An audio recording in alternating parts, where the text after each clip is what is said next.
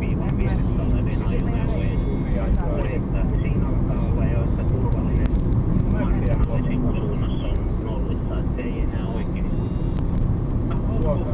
Tietysti, että savuttua vai sakotettavaa. Niinpä, ja ohituskasteella yleensä tuo 100 vauhtia. Siellä jos kuvitellaan, että siinä on 100 vauhtia yhteen suuntaan ja 100 toiseen suuntaan ja sitten turvaväliä jää 40 senttiä siihen väliin, niin se on 200 kilometriä tunnissa, kun se turvaväli sitten hiljalleen alkaa jostain syystä häipyä ohjausvirheen takia, niin siitä tulee hirveätä jälkeisiä. Kyllä näin. Tuossa tuli Artsilta tällainen kysymys, että kumpaa puolta ajetaan polkupyörällä vilkkaalla maantiellä liikennettä vasten vaikka sitten oikeaa laitaa? No, siihen ei maantien vilkkaus vaikuta millään lailla. Polkupyöräilijä ajaa aina ajoradan oikeassa reunassa. Siellä pientareen puolella, jos sellainen viiva on jo, jos ei ole, niin aivan siinä pientareen reunassa. Tämä on selvä myöskin Artolle, mutta